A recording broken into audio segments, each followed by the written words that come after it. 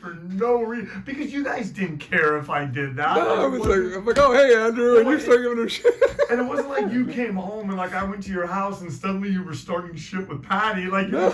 like you guys had a great relationship, and Oh, my God, brother it's and I hilarious. did too. And Dude, I remember.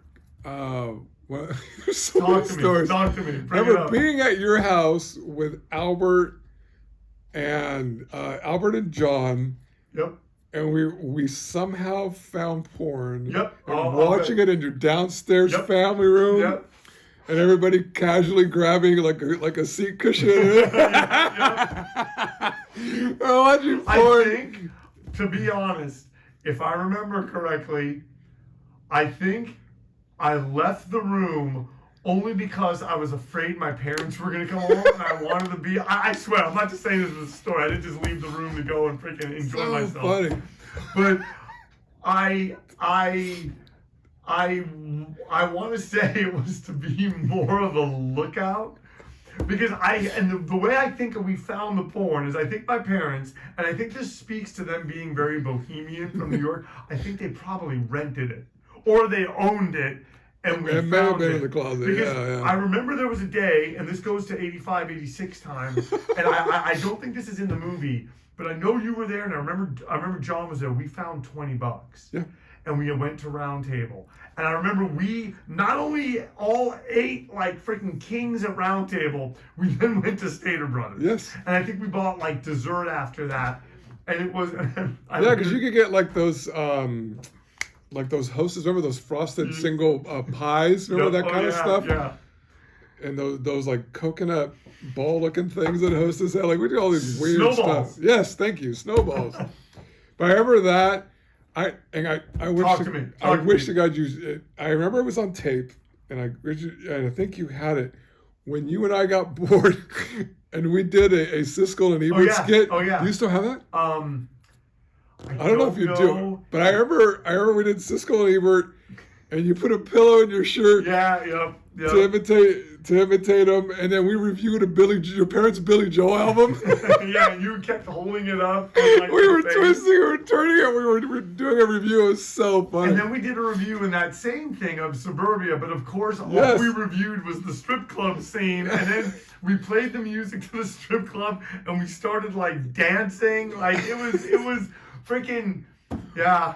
Evan, what was that movie? I remember watching it at your house countless times. Because you realize that my brother, and as you're thinking, maybe this will jog your memory, my brother was on it in terms of bootlegs. Because he was early internet guy. So he would find us through either the back of freaking punk magazines, he would find bootlegs. That's how we got Beverly Hills Cop. That's how we had The Breakfast Club when it was still in the theater. We had Ferris Bueller's Day Off when it was still in the theater. And that's how we ended up getting Suburbia, because my brother was a dude.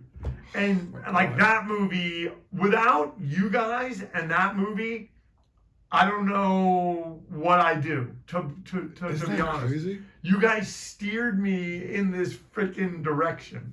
That was so amazing with Suburbia. I remember when you had a tape and you introduced me to the Vandals and DI, and I never knew.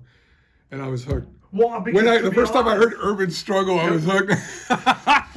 Well, I want to be a cowboy, well, right? Yeah, the thing is,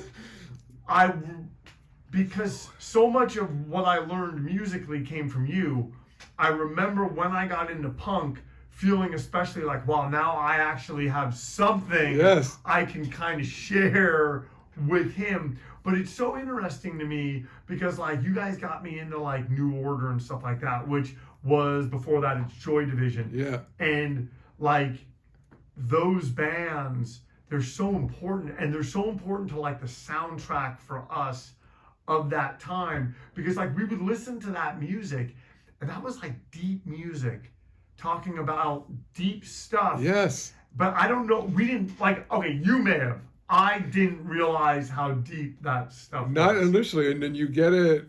You remember, I'm still a huge Schmitz fan. I'm still a Morrissey fan. Yeah.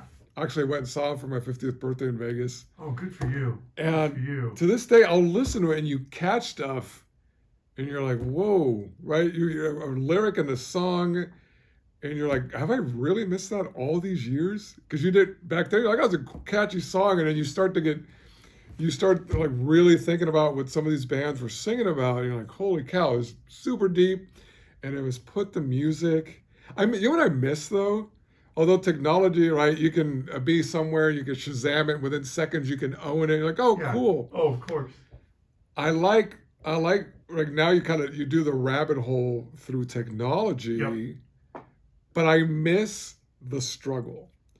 I just heard the song and that freaking DJ didn't say who it was or what the name was, and damn it, I want to hear it again.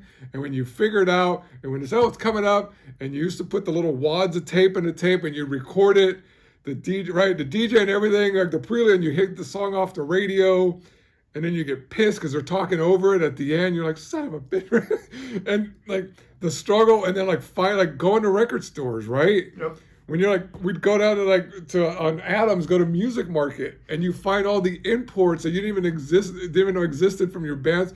What do you mean there's a Japanese version? Holy shit, right? And like all these posters, you're like, oh God, like music was such a big deal. Well, I remember